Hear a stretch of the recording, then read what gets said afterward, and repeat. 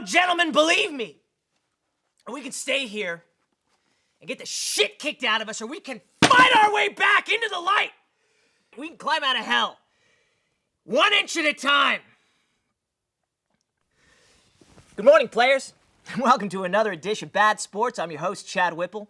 Now, for those of you who are living under a rock in '99, that speech there was from one of my all-time favorite sports movies, Any Given Sunday, directed by Oliver Stone. So today, let's talk to my starting lineup to find out which sports flicks these foremost experts would pick as their number one.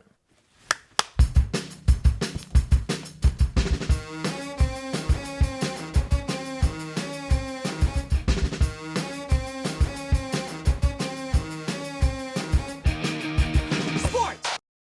Gill, you seem like the type of chap who underrated just watches a hell of a lot of flicks alone. Yeah, you got that right, Chad. Larry the Bird. What? Oh, is that Carl's thing? Larry the Bird, yeah. Carl's sports play. No, you can't pick an unproduced play, Gill. Well, I'm actually in talks with Carl about possibly starring in the film, so. Congrats. Thank you. Guys, let's stay the fuck on track, please, for my sports show right now that we're talking about. Sports movies. What sports movies do you have that are real? Okay, sports movies.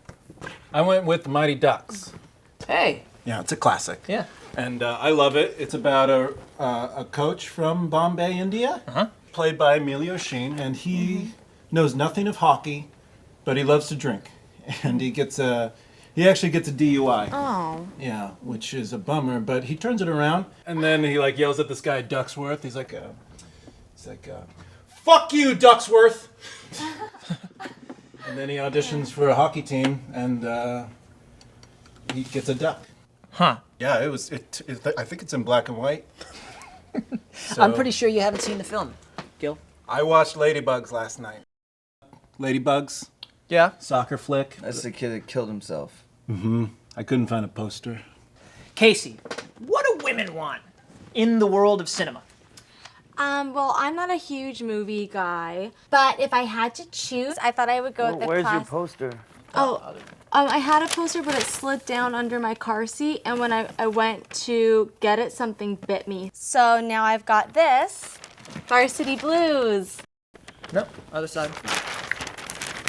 After this film came out, I did that whipped cream thing for a couple of Gilman boys down in the Bahamas. Worked out well. Yeah. Sounds pretty erotic. I got a yeast infection. Full-blown yeast infection? I have it as a virus, so it can come and go for the rest of my life. That sounds sportsable. Brooks, I know for a fact that your basement was just a legendary picture-watching late-night Whippets center. And of course, the closet of killed empties was just beyond legendary status. Yeah, I actually just went down there with a shitload of trash bags and cleared it out. I made $385 at Safeway on deposits. Nice. What kind of price they give it per can? 10 cents. 10 cents per can? Yeah. That's a good price, Chad. Oh. That is, yeah. Pretty Where's good that? price. That was at Safeway, you said? Yeah, Great Falls. Yeah. Do they take tuna cans? I guess. Same amount you get? Yeah, these You know, are just beer cans. I love tuna, You do? too, yeah. Okay. So, Brooks, what are your film picture choices? All right.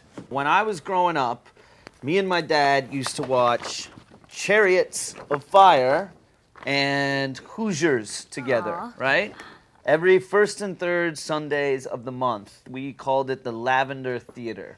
Sounds dope, right? Now, to me, I found these films to be inspiring tales of athletic greatness as well as testaments to the human will.